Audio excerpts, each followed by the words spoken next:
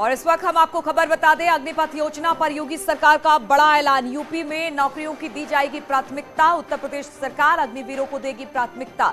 CM योगी ने किया बड़ा ऐलान, यूपी पुलिस समेत तमाम सेवाओं में प्राथमिकता देगी सरकार। और कल भी जब इसका ऐलान किया गया था तो हमने रक्षा मंत्री राजनाथ सिंह को सुना कि किस तरह से अग्निपथ योजना में जो सैनिक रिटायर होने के बाद जाएंगे उनको प्राथमिकता नौकरी में मिलेगी, चाहे वो प्राइवेट हो या सरकारी हो।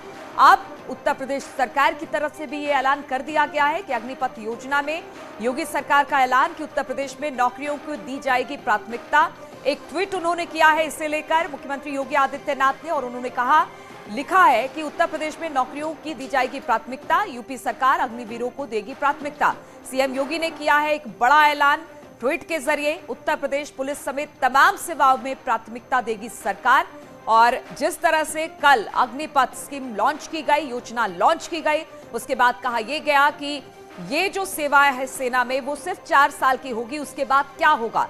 लेकिन राजनाथ सिंह को भी हमने सुना कि जब यहां से सेना से रिटायर होकर जो सैनिक है जाएंगे बाहर तो फिर उनको नौकरी में प्राथमिकता मिलेगी। और अब उत्तर प्रदेश के मुख्यमंत्री ने भी इस बात को ट्वीट के जरिए कहा है। बातचीत करने के लिए अनामिका हमारे साथ जुड़ गई हैं। अनामिका, जब ये अग्निपथ स्कीम लॉन्च किया गया, योजना लॉन्च की गई, तब भी ये कहा गया था रक्षा मंत्री की तरफ से कि जो रिटायर होंगे आर्मी के कर्मचारी उनको प्राथमिकता दी जाएगी। अब तो उत्तर प्रदेश सरकार ने भी कह दिया है कि भाई अगर आप वहां से रिटायर होते हैं तो आपको प्राथमिकता खासतौर पर उत्तर प्रदेश पुलिस में और बाकी जगहों पर मिलेगी।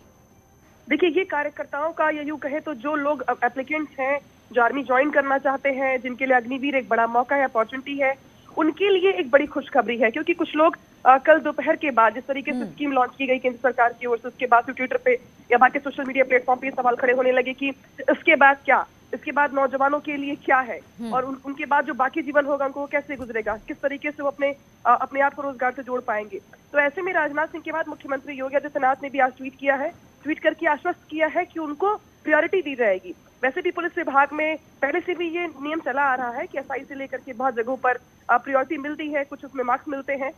लेकिन अब ये कहा गया है कि जो अग्निवीर से रिटायरमेंट के बाद जो आर्मी ऑफिसर्स होंगे उनको अलग अलग डिपार्टमेंट्स में प्रायोरिटी दी जाएगी। हालांकि अब इसको कैटेगराइज करना होगा कि कितने मार्क्स जुड़ेंगे, क्या होगा, किस तरीके से होगा, कौन कौन से उनके लिए पद सृजित किए जाएंगे, किन किन पदों पर वो जा सकेंगे। लेकिन हाँ, इतना जरूर है कि मुख्यमंत्री ने ट्वीट करके कम से कम ये आश्वस्त कर दिया है कि ऐसे लोगों को परेशान होने की बिल्कुल जरूरत नहीं है। यूपी सरकार उनको यूपी सरकार की नौकरियों में, राज्य कर्मचारी की नौकरियों में और पुलिस विभाग में प्रायोरिटी देगी। बिल्कुल ठीक है, बहुत बहुत शुक्रिया आपका अनामिका हमारे साथ। और इससे पहले भी हमने देखा है कि जो भी सेना से रिटायर होते हैं उनको बाकी नौकरियों में तरजीह दी जाती है। और इसी पर गृह मंत्री अमित शाह ने भी ट्वीट किया है, अग्निपथ योजना में शामिल युवाओं को केंद्रीय गृह मंत्रालय ने भी अपनी नियुक्तियों में प्राथमिकता देने का फैसला लिया है। गृह मंत्रालय की ओर से किए गए ट्वीट में यह जानकारी दी गई है कि 4 साल पूरा करने वाले अग्निवीरों को CAPFS और असम राइफल्स में भर्ती में प्राथमिकता देने का फैसला लिया है। इसके लिए विस्तृत योजना बनाने का काम शुरू हो गया है। तो एक तरह से आश्वस्त करने की कोशिश है कि सेना से अगर आप 4 साल में रिटायर हो भी जाते हैं तो आपको अलग अलग नौकरियों में तरजीह दी जाएगी। और यही बात आज उत्तर प्रदेश के मुख्यमंत्री और गृह मंत्रालय की तरफ से भी कही गई है।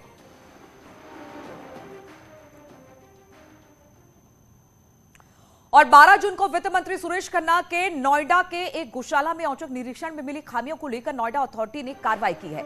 गौशाला में काम करने वाले गौ सेवक पर 2 लाख रुपए का जुर्माना लगाया गया है। आपको बता दें कि नोएडा के सेक्टर 135 की गौशाला के निरीक्षण के दौरान मंत्री सुरेश खन्ना को कई खामियां मिली थी, जिसकी जांच रिपोर्ट के बाद यह कार्रवाई की गई है। इसके साथ ही परियोजना अभियंता RK शर्मा, सहायक परियोजना अभियंता SP वर्मा, स्वास्थ्य निरीक्षक YK हरीश को प्रतिकूल प्रविष्ट और OSD अविनाश त्रिपाठी को चेतावनी दी गई है।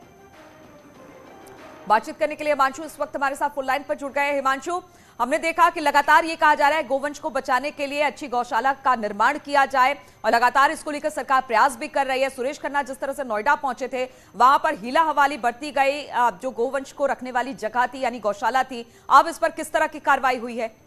देखिए, जाहिर तौर पे आपको बता दें कि संसदीय कार्य मंत्री और वित्त मंत्री सुरेश खन्ना यहाँ पर रविवार को औचक निरीक्षण पर पहुंचे थे। सेक्टर 135 में ये गौशाला है, जहां पर खामियां मिली थी, और उस दौरान उन्होंने बहुत ही गंभीर रूप से कहा था कि आप पर कार्रवाई होनी चाहिए अधिकारियों पर। और अब ऋतु महेश्वरी ने एक समिति गठित की थी। समिति गठित होने के बाद जांच रिपोर्ट आई और अब कार्रवाई की गई है। करीब 3 से 4 पी, एपी और इसके अलावा जो वहां पे मैनेजर हैं, इन तमाम लोगों को प्रतिकूल प्रविष्टि जारी की है। वहीं जो विभागाध्यक्ष हैं उनको भी चेतावनी जारी की है। और सबसे बड़ी बात है, देखिए आपको बता दें कि सुरेश खन्ना जो मंत्री हैं वो सबसे पहले ममूरा गांव पहुंचे थे। वहां पर भी आपको कूड़ा का ढेर देखने को मिला था, उसको लेकर नाराजगी जताई थी, जिस पर सीओ ऋतु महेश्वरी ने 5 लाख का जुर्माना भी लगाया है। तो जाहिर तौर पे मंत्री के निरीक्षण के बाद अधिकारियों ने संज्ञान लिया और संज्ञान लेते हुए संबंधित अधिकारी और जो एजेंसियां हैं उन पर कार्रवाई की गई है। ठीक है हिमांशु, बहुत बहुत शुक्रिया आपका जानकारी देने के लिए। और हम जिस तरह से आपको दिखा रहे थे कि किस तरह से सुरेश खन्ना पहुंचे थे और गौशाला वहां पर तमाम खामियां पाई गई थी, जिसके बाद यही बताया जा रहा था कि अब इस पर कार्रवाई हुई है, 2 लाख का फाइन किया गया है और साथ ही चेतावनी भी दी गई है। चलिए अब बात कर लेते हैं रामपुर उपचुनाव की। रामपुर में किसकी रणनीति कामयाब? मुझे शर्मिंदा मत कर देना, मेरे मुंह पर कान न लगा देना। पूरा होगा बीजेपी की जीत का ख्वाब। मेरे हिसाब से तो एक तरफा जीत है और मैं समझता हूँ 3 लाख वोटों से हम लोग जीत रहे हैं। आजम के गढ़ में एसपी की जीत तय। अल्लाह ताला ने अब तक जिस तरह साबित कदम रखा है, आइंदा भी मेरे साथ यही सूरत हाल रहे। या रामपुर होगा भगवामय। पहले भी सांसद यहाँ पर आजम भाई थे, 3 साल उन्होंने भी सांसदी की, लेकिन मैं समझता हूँ विपक्ष में रहकर कोई आदमी नहीं कर सकता। रामपुर का चुनावी रण।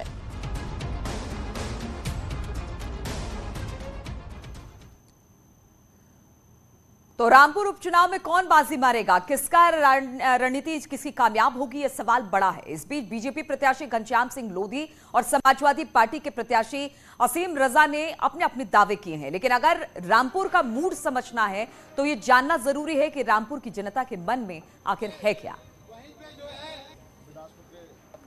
मुद्दे इसके सही हैं, पहले से बहुत सही हैं और सरकार ने जो काम किए हैं वो अच्छे किए हैं। राशन महीने में 2 बार फ्री दिया है, चने दिए हैं और तेल घी दिया है और गैस कनेक्शन दिए हैं और जो ये ज़मीन पे जो पैसे आते हैं ये भी दिए हैं, किसानों को बहुत फायदे दिए हैं, गरीब जनता को ज़्यादा फायदा मिला है। सांसद कैसा चाहिए आपको?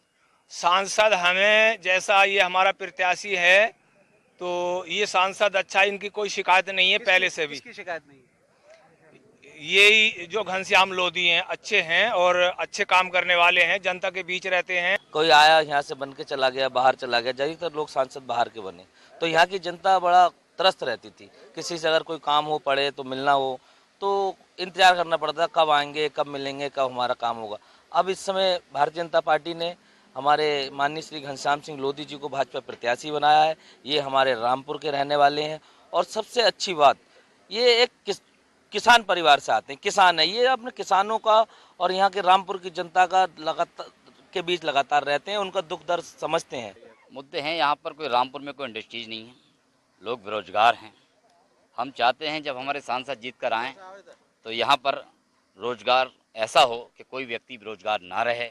लोधी समाज नहीं, उनके साथ सब समाज है, उनके साथ रामपुर का सब समाज है और हम 2 लाख प्लस से ये चुनाव जीतेंगे। और बहुत ही लोकप्रिय और जनप्रिय नाम है माननीय घनश्याम सिंह लोधी जी का। उन्होंने क्या विकास कराया है? ना गली ना सड़क, अधिकतर ये युवा जेल में चले गए जो बन के रहे हैं। 3 साल में कोई विकास नहीं हुआ है। नाली खरंजे ना, ये जो भी चीजें हैं अधूरे पड़े हैं। इन्हें भाई भाजपा के प्रत्याशी घनश्याम लोधी ये पूरा कर देंगे। और सभी इकरार हुसैन इकरार भाई, कैसा प्रत्याशी आपको चाहिए और क्या मुद्दे हैं आपके? प्रत्याशी तो उन्होंने अपने प्रतिनिधि लड़ा रहे हैं, उस पर क्या वोट डाल रहे हैं? वोट तो सब एक तरफा पड़ेगा घनश्याम लोधी जी। एक तरफा वोट एक तरफा पड़ेगा। मुस्लिम वोट इतना मिलेगा आपके चुनाव मुद्दा। अरे सबसे ज्यादा विकास करते हैं, ये तो MLC रह चुकी है ना, विकास करते हैं और ज्यादा करेंगे। तो मतलब ये है कि समाजवादी पार्टी के लिए अपने ही गढ़ में इस बार राह आसान नहीं होने वाली और शायद यही वजह है कि बीजेपी प्रत्याशी घनश्याम सिंह की लोधी की उम्मीदें अब इसको लेकर बढ़ गई हैं। जनता के बीच जा रहा है, जनता के बीच क्या मुद्दे लेके जा रहे हैं, क्या जनता के स्थानीय मुद्दे हैं या देखा जाए कुछ देश के जो मुद्दे चल रहे हैं उससे वो ही मुद्दे हैं, क्या कहना चाहेंगे? नहीं, जनता के ये विकास को संबंधित है और विकास हमारे योगी जी और नरेंद्र मोदी जी कर रहे हैं देश का। और मैं समझता हूं हमारे यहाँ से मंत्री जी हैं बलदेव औलख जी, उन्होंने भी बहुत सारे विकास की समस्या हल की हैं, सड़क बनवाई हैं, पुल बनवाए हैं, पुलियाँ बनवाई हैं, बहुत सारे काम किए हैं। अच्छा, लगभग कितने गांव आप पूरे दिन में प्रचार कर लेते हैं, क्या जनता का कैसा सहयोग आपको मिल रहा है? मैं कम से कम 30 गाँव रोज कर रहा हूँ, 30 से ज़्यादा भी हो जाती है। रात 2-3 मीटिंगें मैं शहर में भी करता हूँ रोजाना। ये मेरा एक शेड्यूल है, 30 मीटिंगें मैं देहात में और 2 मीटिंगें शहर में। और आप देख रहे हो जन समर्थन हर बिरादर का मुझे मिल रहा है। किसी बिरादर का ऐसा कोई बिरादर नहीं है, ऐसी कोई जाति नहीं है, ऐसा कोई धर्म नहीं है जिसका मुझे समर्थन ना मिल रहा हो। अच्छा, समाजवादी पार्टी के प्रत्याशी मैदान में है देखा जाए और कांग्रेस और बसपा का कोई कैंडिडेट नहीं उतरा है, निर्दलीय 4 प्रत्याशी उनका भी कोई वो नहीं, मेन टक्कर आपकी और समाजवादी प्रत्याशी के। ऐसे में क्या कहना चाहेंगे, क्योंकि देखा जाए सीधे सीधे मुकाबला आपका आजम खान से है? हमारा किसी से मुकाबला नहीं है, एक तरफा चुनाव है। मैं पहले भी कह चुका हूँ, ये जनता का चुनाव बन चुका है, रामपुर की जनता का चुनाव है। जनता खुद स्वयं अपने आप को प्रत्याशी मानकर चुनाव लड़ रही है। मैं तो नाम के लिए पार्टी ने प्रत्याशी बनाया हूँ, ये सारे प्रत्याशी हैं। हर जनता, हर भारतीय जनता पार्टी का कार्यकर्ता प्रत्याशी है और हर जनता, रामपुर की जो जनता, सब प्रत्याशी है, अपने आप को खुद स्वयं प्रत्याशी बनकर चुनाव लड़ रही है। और आप देखिए कि रामपुर लोकसभा उपचुनाव को लेकर समाजवादी पार्टी के प्रत्याशी और आजम खान के करीबी आसिम रजा का क्या दावा है। हमारे साथ इस समय मौजूद है सपा प्रत्याशी आसिम राजा साहब, वो अपना चुनाव प्रचार कर रहे हैं। हम उनसे जानेंगे क्या मुद्दे जनता के बीच लेके जा रहे हैं और किस तरह से वो अपना सुबह को चुनाव प्रचार के लिए निकलते हैं। जी आसिम जी, सुबह को चुनाव प्रचार के लिए निकलते हैं, किस तरह से प्रचार के लिए सुबह को निकलते हैं? लोगों से मिलते हैं, लोगों तक अपना संदेश पहुंचाते हैं। मोहब्बत, विकास, शांति, यही हमारे मुद्दे रहे हैं। आजम खान साहब की राजनीति के यही मुद्दे हैं 40-45 साल से, वो मुद्दे आज भी हैं। लोगों ने साथ दिया है, कल भी दिया है, आज भी लोग हमारे साथ हैं। आज आप क्षेत्र में जा रहे हैं, आप जनता के बीच घूम रहे हैं, जनता के क्या जमीनी मुद्दे क्या है? जनता के क्या एक जमीनी मुद्दे जनता के हमेशा यही रहे हैं, विकास, इंफ्रास्ट्रक्चर को मजबूत करना और लोगों को शांति का माहौल देना, मोहब्बत देना। आजम खान ने यही किया है 40 साल से और आगे भी यही होगा। इसीलिए लोग 40 साल से आजम खान साहब के साथ हैं। 10 बार वो विधायक हैं, 10वीं बार। आगे भी उनको ऐसा ही प्यार मोहब्बत लोग देते हैं और देते रहेंगे। अरे जनता के बीच जा रहा है तो जनता का कैसा समर्थन मिल रहा है? जनता का अपार समर्थन है। जनता चूँकि आजम खान को चाहती है, पूरे रामपुर की जनता, बहुत समर्थन है, बहुत दुआएं, बहुत मोहब्बतें हैं, बहुत अच्छा। ये थे हमारे साथ आसिम राजा जी, जिनका ये कहना है कि जनता का हमें समर्थन पूरी तरह से मिल रहा है। और रामपुर चुनाव में आजम खान की साख दांव पर है, लिहाजा आजम खान के साथ साथ अब्दुल्ला आजम भी अब प्रचार में उतर आए हैं। जिनका क्या कहना है, आइए सुनते हैं। हमारे साथ अब्दुल्ला आजम साहब भी मौजूद हैं, जो सपा के स्टार प्रचारक है। हम उनसे जानेंगे कि वो किस तरह से चुनाव प्रचार कर रहा है और क्या मुद्दे हैं। अब्दुल्ला साहब, चुनाव प्रचार कर रहा है, क्या कह रहे हैं? लोगों का साथ मिल रहा है, साथ और मिलेगा। जैसे रामपुर वालों ने पहले हमेशा इज्जत रखी है, वैसे इस बार भी इज्जत रखेंगे। अच्छा, इस तरह से देखा जाए जो यहाँ के मुद्दे हैं, क्या जमीनी मुद्दे रहेंगे या देश के जो मुद्दे चल रहे हैं इस समय, जैसे आप जो जिस समय माहौल चल रहा है उसको लेके क्या कहेंगे? देखिए, लोग कोई भी नफरत, गुस्से को पसंद नहीं करता। लोग अमन, मोहब्बत, प्यार चाहते हैं। और ये उपचुनाव क्योंकि देश की सबसे बड़ी जनता की अदालत में अपनी आवाज़ भेजने का चुनाव है, तो लोग अपनी एक ऐसी आवाज़ पार्लियामेंट में भेजेंगे जो उनके मुद्दे उठा सके। अच्छा, इस समय देखा जाए जो माहौल देश का चल रहा है उसको लेके क्या करेंगे? जिस तरह से देखा कई जगह दंगे भी हुए, उसको लेके जो बुलडोजर की कार्रवाई चल रही है। देखिए, दंगे मैं ये मानता हूँ कि प्रोटेस्ट पहले भी होते थे जुमे की नमाज के बाद, लेकिन अगर जहाँ तक पत्थरबाजी का सवाल आया तो कौन वो 2-4-5 लोग हैं जो उस भीड़ में घुसकर वो सब माहौल ख़राब कर रहे हैं, हरकतें कर रहे हैं। मेरे ख्याल से इंटेलिजेंस को ये चीज़ें पता कर। और रुकेंगे आप छोटे से ब्रेक के लिए, फौरन हाजिर होंगे। आप देख रहे हैं न्यूज़ 18 उत्तर प्रदेश उत्तराखंड।